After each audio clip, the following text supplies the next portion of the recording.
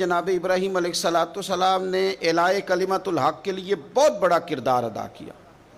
نمرود جیسے بادشاہ کے سامنے کھڑے ہو کے، اس کی حکومت ہے، اس کی طاقت ہے، اور وہ اس نشے میں اتنا مست ہو گیا ہے کہ معاذ اللہ اس نے خدا کہلوانا شروع کر دیا ہے۔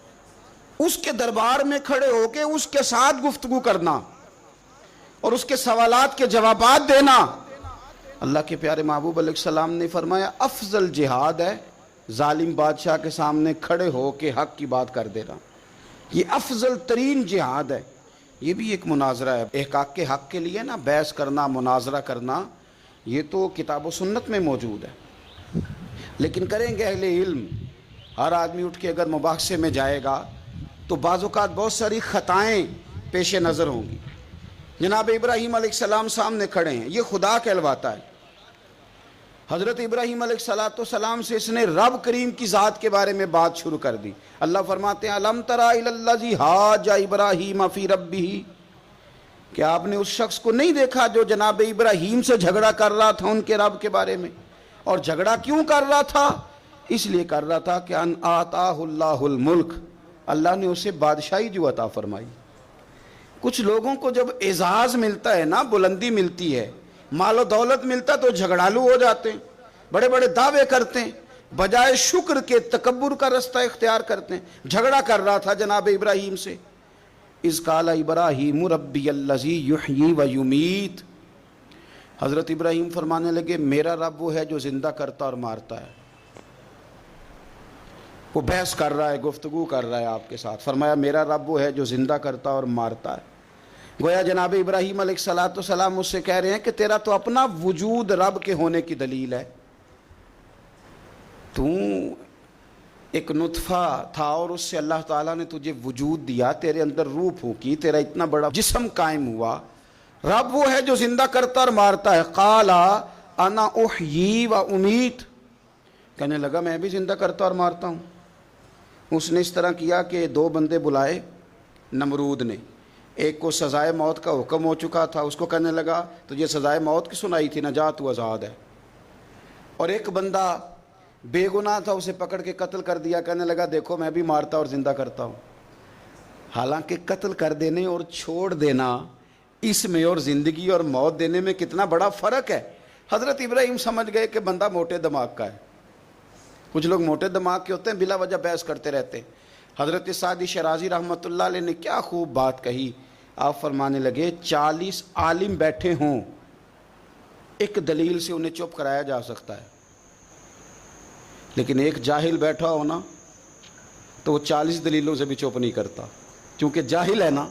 علماء کے سامنے آپ دلیل بیان کریں گے تو 40 علماء بھی ہو تو ایک دلیل سے چپ کر دیں گے تو جو ہے جاہل، وَإِذَا خَاطَبَهُمُ الْجَاهِلُونَ قَالُوا سَلَامًا، یہ دلیل بھی اس کی بڑی کچی تھی، بڑی نکمی تھی۔ اب حضرت ابراہیم نے نا اس پر ایک اور مناظرانہ گرفت فرمائی۔ آپ فرمانے لگے اچھا، قال ابراہیم فإن اللہ یأتی بالشمس من المشرق فأتی بہا من المغرب، فرمایا میرا رب وہ ہے جو سورج کو مشرق سے نکالتا ہے، تو اس طرح کر مغرب سے نکال دے۔ اگر تیرا بھی یہی دعویٰ ہے تو مغرب سے نکال دے۔ فبہت الذی کفر، تو رب فرماتا ہے کہ میرے خلیل کی بات سن کے کافر کے ہوش ہی اڑ گئے، اس کے ہوش اڑ گئے۔